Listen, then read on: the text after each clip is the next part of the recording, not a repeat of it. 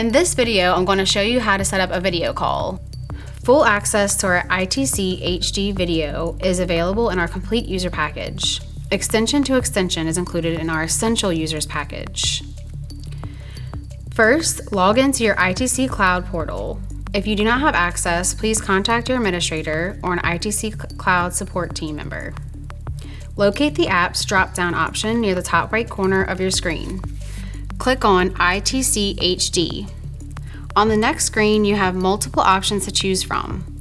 If you would like to start a video call immediately, you will click Start a New Meeting. If you would like to join an existing video call and know your meeting ID, click on Join a Meeting.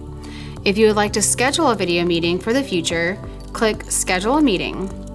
Once you are in Schedule a Meeting, you can customize your meeting by selecting date, time, creating a name and description, selecting conference for up to 25 users or a webinar to present to up to 200 viewers.